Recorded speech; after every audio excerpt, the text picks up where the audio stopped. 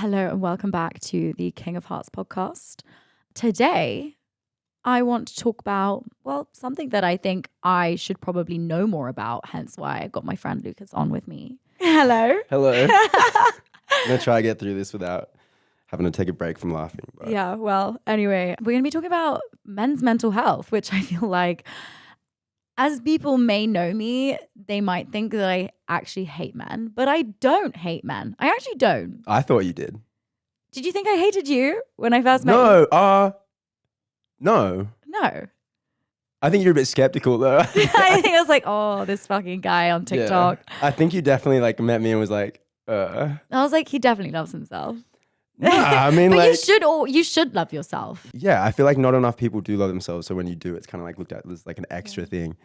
Yeah. Well, anyway, I you told me that actually. I remember you. Yeah, I think so.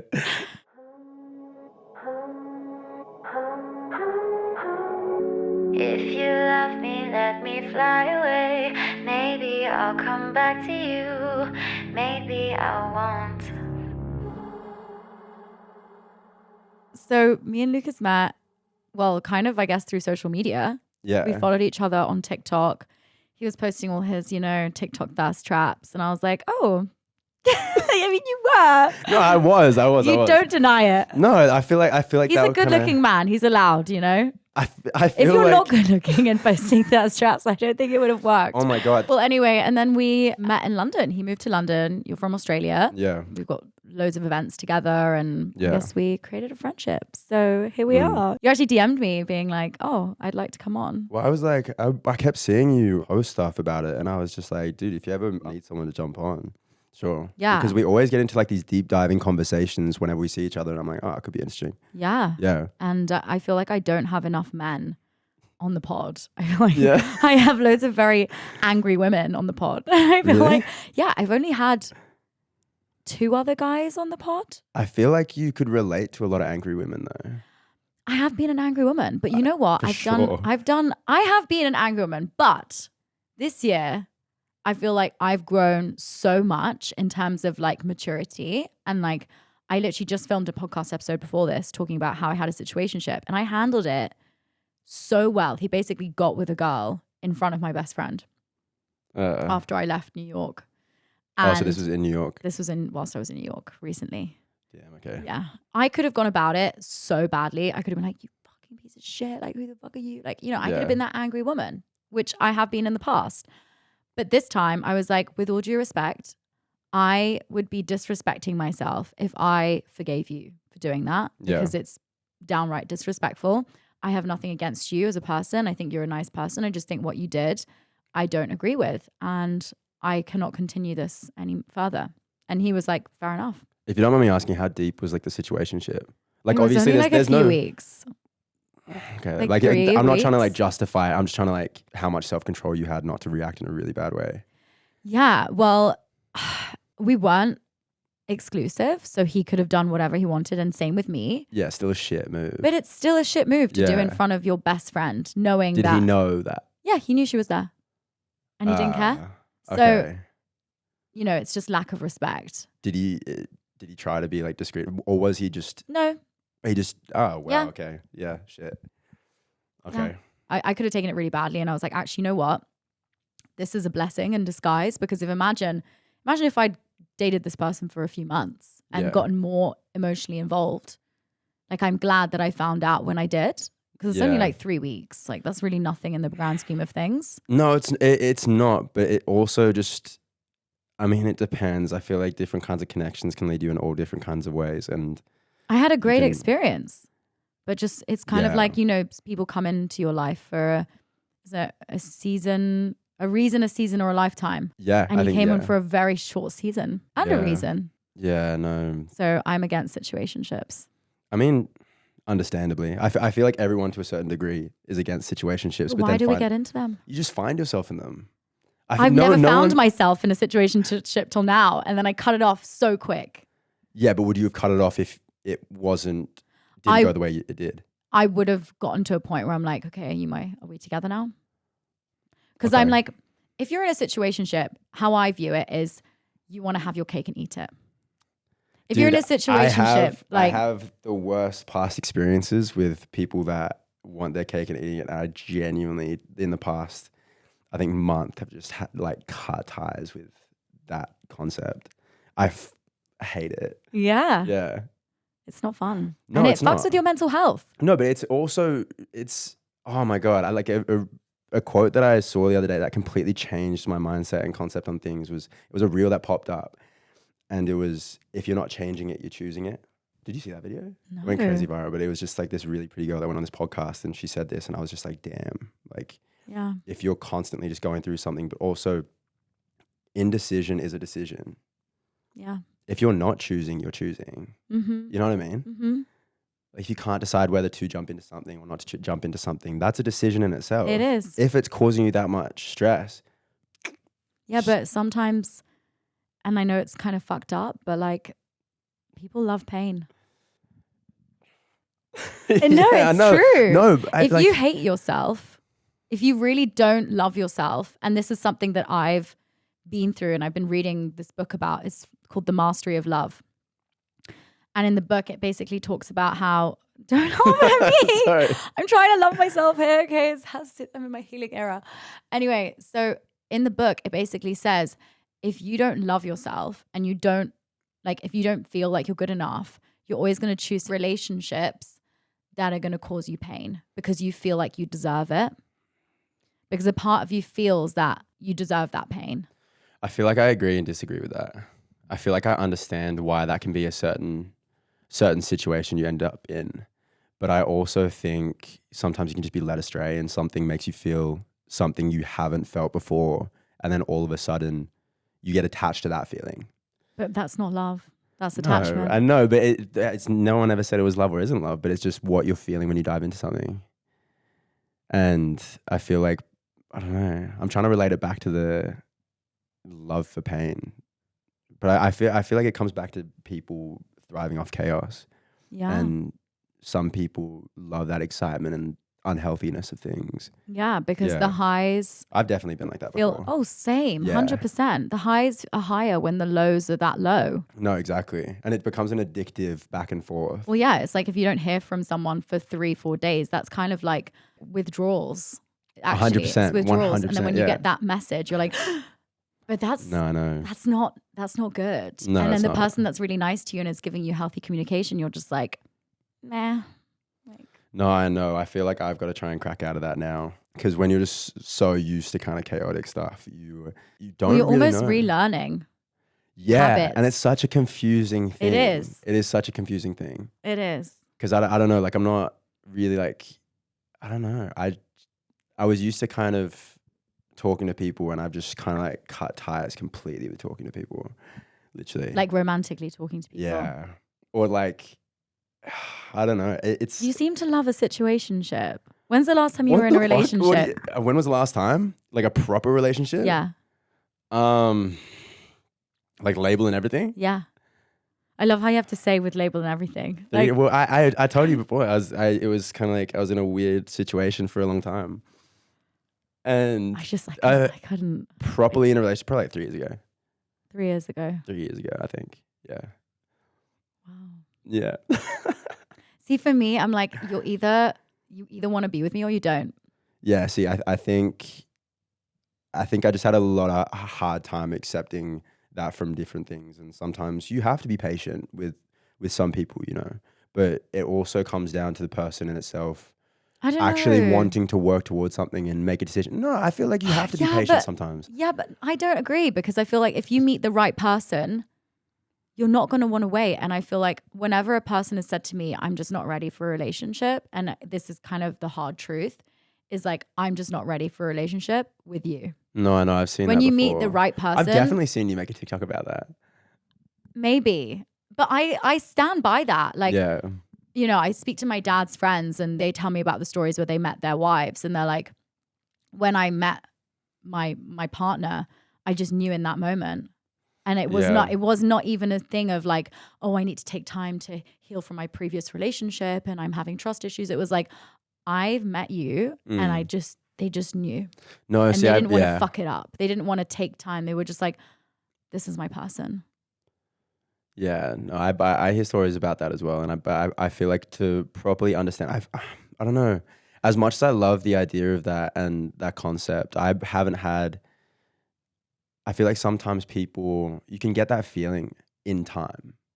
I feel like straight away it can happen. Of course, it can happen. I've been told stories about that happening so many times, but I feel like also there's a bittersweetness to being patient, and then Oh yeah. and then you kind of realize and you can build into someone. Sometimes the right person isn't always the right person straight away, but it's also about finding someone that's willing to grow and understand and Yeah, I've never had communicate. that.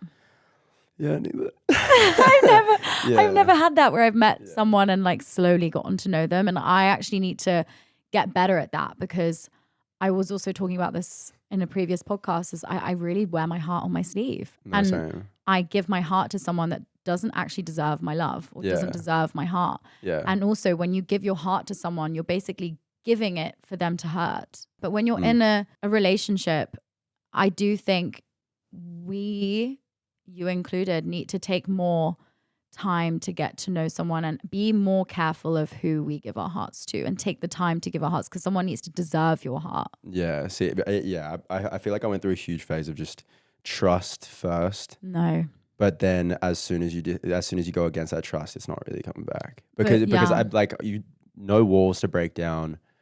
I feel like it's a really true to yourself way of doing it. But it's bitten me in the ass a couple times. And now you're single? Yeah. Totally. Yeah. Same. Yeah. Well, I don't know. Like, have you ever been through that phase where it's just kind of like you'll talk to different people, but the moment they do something to kind of like piss you off slightly, you kind of like just completely switch off? Yeah. I'm only newly going through that. Really? Okay. Yeah. So I'm like seriously, like my WhatsApp is the driest it's ever been. Your WhatsApp? Did you give out your number? Well, like to people that I'm talking to. Yeah. Okay. Yeah. But like, would you actually no? Okay, question. Would you, if someone came up to you, would you give them your number straight off the bat? No. Okay. Yeah, neither. I'd be like, give me Instagram. yeah. Like, I did the same thing. Like, I can give you my Instagram and then just like not reply. Yeah. Or just be like, what reason? Like, I don't give strangers my number. No, I know. Why do I owe you my number? I only met you 5 minutes ago. Yeah, see, okay, I still think I get prank calls from girls I've given my number to in the past. Oh. Like ages ago. Because I still have my same Australian number that I've had, like not while I'm living here, but when I go back to Australia, I change it back. And I still get prank calls from like girls that maybe I've never had a prank call. Really? No. Because That's weird that you get prank calls from girls. That's kind of... Yeah. And sus. it's weird because I do. And I never kind of... The girls love you, you know, what can you say? Yeah, I don't know if that translates into prank calling though. Like, what are you trying to get across by doing that? Maybe it's an Australian thing. Fucking annoying me. Maybe it's an Australian thing. Is it? I don't know. Maybe. I've never had a prank call from a guy. Maybe it is an Australian thing. Maybe. I don't feel like a guy would prank call. I feel like a guy maybe just off the cuff would call you. Like with intent. I feel like girls, they've always been drunken with friends. I don't know. We're just going to take a pause there and we'll be back after this break. So obviously, you know, we, as women, I think, you know, whenever I get girls on the pod or like just talking to girls in general, you know, there is this like crazy stat that male suicide rates are way higher than female suicide rates because women talk and men don't. Like, do you talk to your guy friends about like how you guys feel? I do. Like, I know the stats and everything, how men don't talk. I kind of pride myself on the fact that I talk to my friends so much. About how you feel? Yeah, yeah. That's like an anomaly because a lot of guys don't talk about how they feel. But this is part of the thing. Like, I show myself completely. Like, I have no problem wearing my heart on my sleeve. And if I'm having a bad day, I'm having a bad fucking day. And you'll share that with your guy friends? Yeah. Yeah. And do you think guys should have more female friends?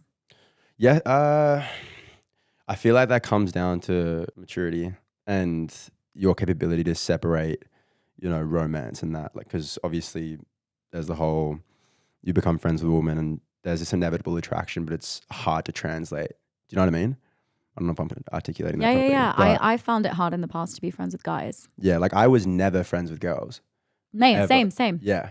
And I've never had many guy friends because, you know, they'd be like, oh yeah, I just want to be your friend. And then you go to a party and you get drunk and they've suddenly made a move on you and you're just like, we've been friends for 5 years. Yeah. And like,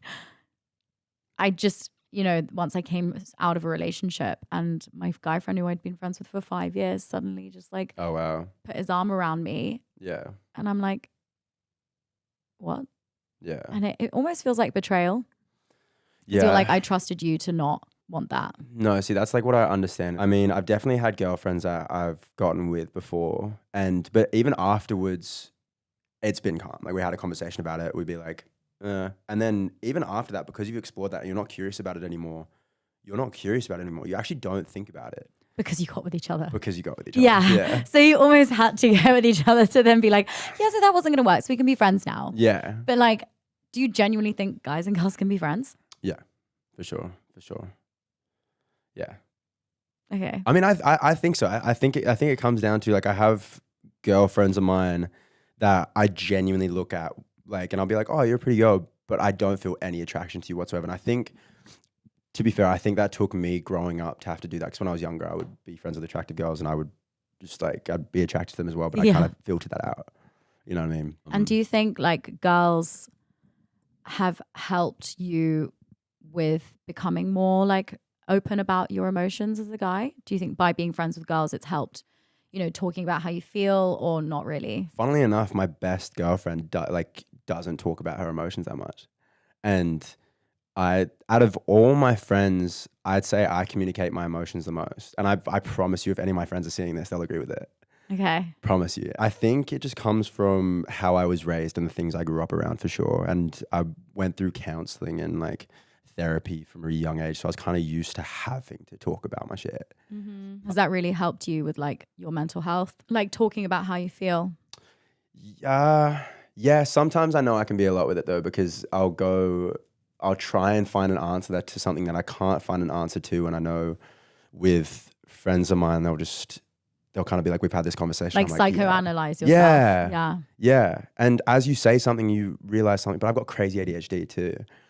Well, I'm trying not to fiddle with this mic so much. But, do you take meds for it? No. I tried and I used to have panic attacks. Because of the meds? Yeah.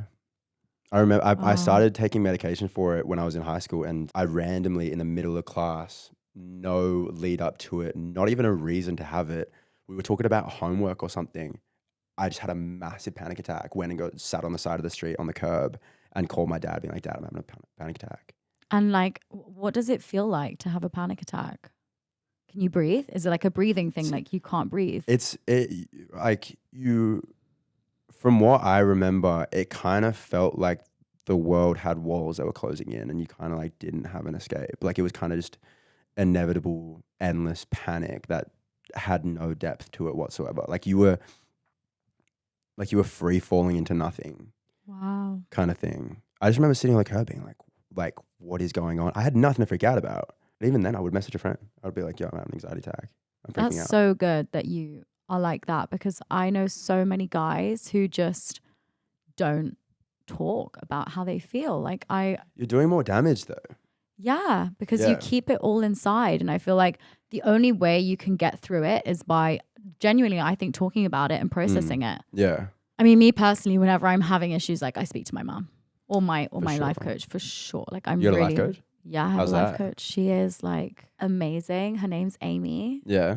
And her like name is The Missing Piece, but like That's the really missing piece as in like peace and love, the missing piece. Yeah. And she's helped me so much. Like this year, I had quite a few panic attacks where like I woke up in the middle of the night, like at 3 a.m. trying to vomit, but I was like I was not vomiting anything. I was just vomiting water. Yeah.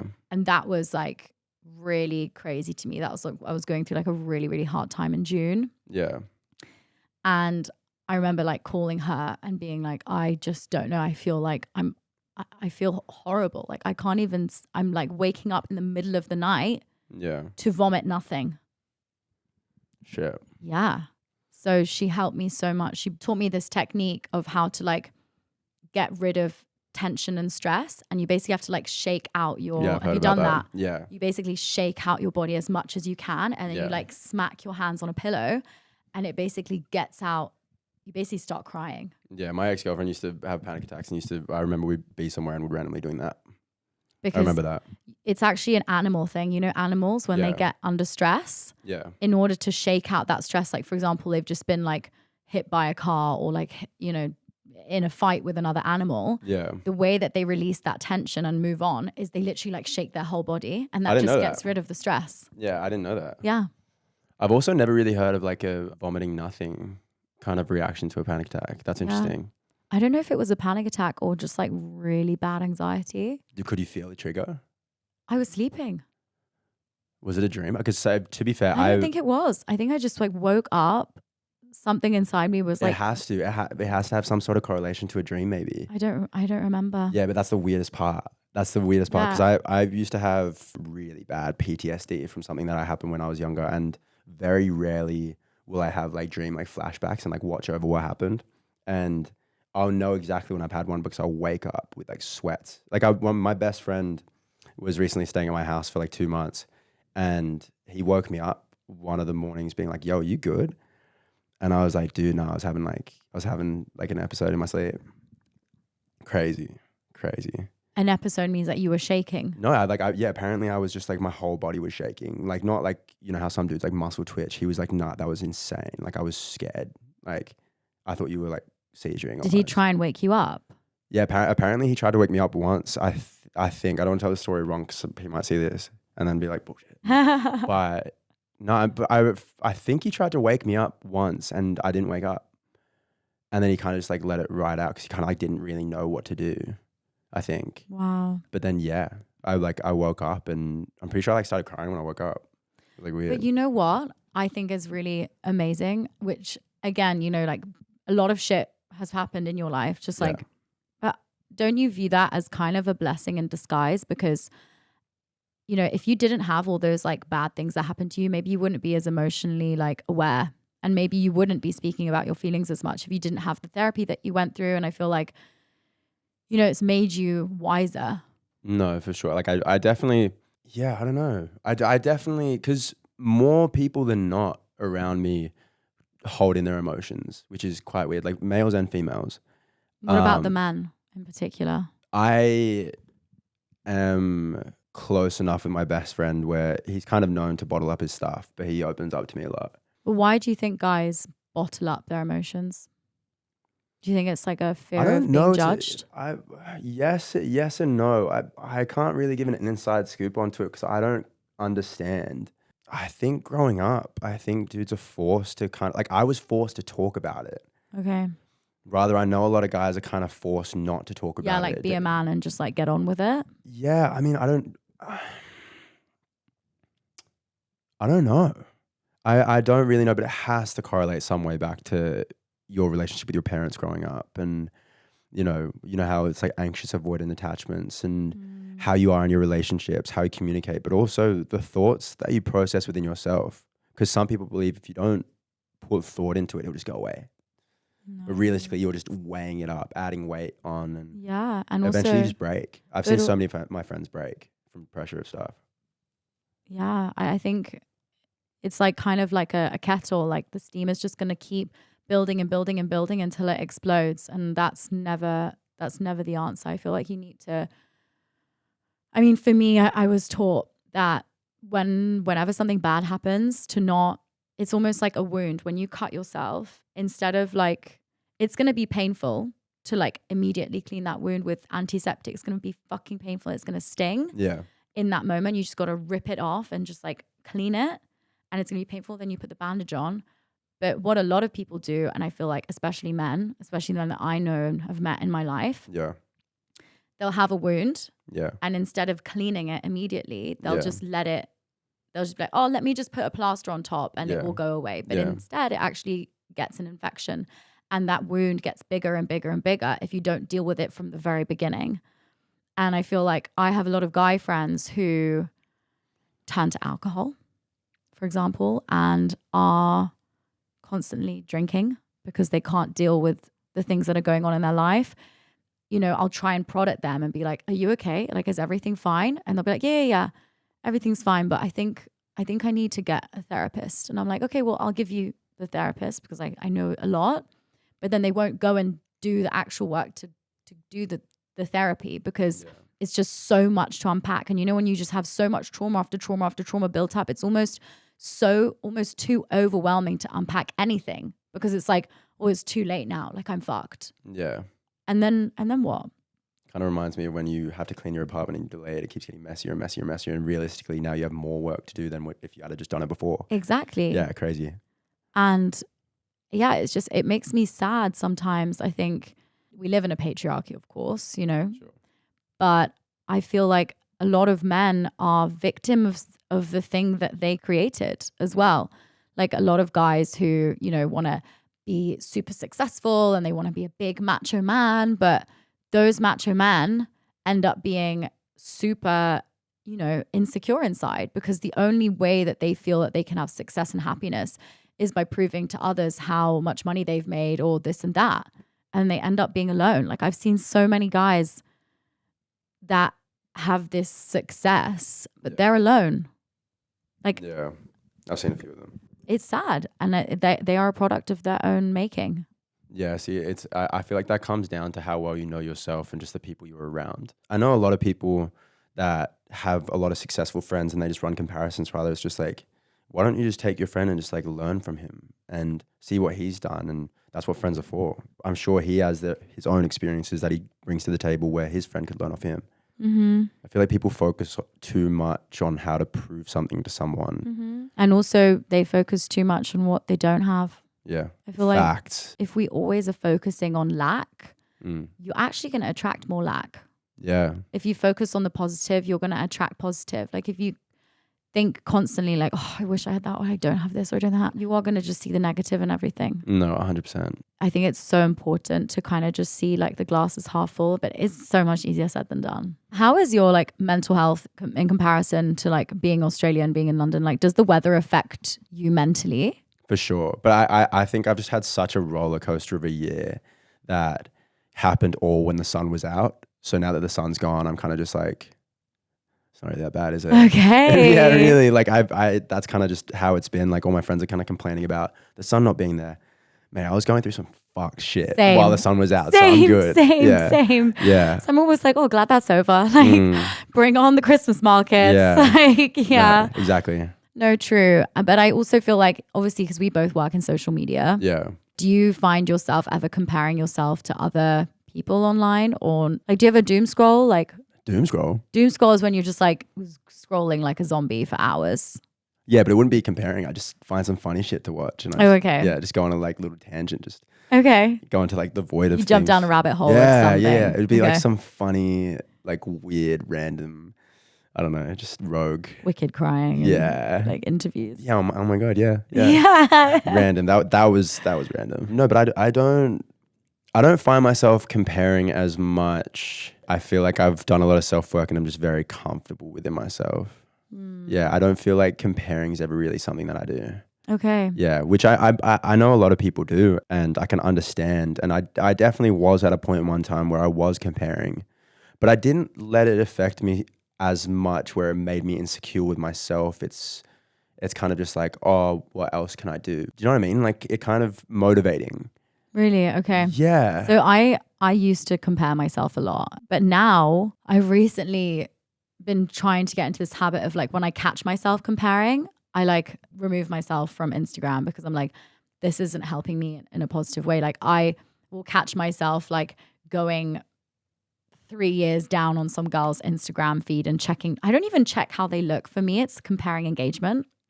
Yeah. Like for me, it's like not even comparing myself to how this girl looks. I'm like looking at girls with more followers than me and being like, oh, how is her engagement changed? That's career driven though. Yeah. That's like a very Capricorn thing. The reason why I have grown on Instagram and TikTok is not because of how I look. It's because of like my relationship stuff. Yeah. Oh, so for like, sure. That's for sure. For sure. That's why I don't really compare looks, because I know that my value doesn't come from looks. My value comes from what I say. Okay. As much as Bars. the way that I look might help, but for sure, you know, like 90% of my audience is girls. Like not many guys follow me. Not many guys like my content.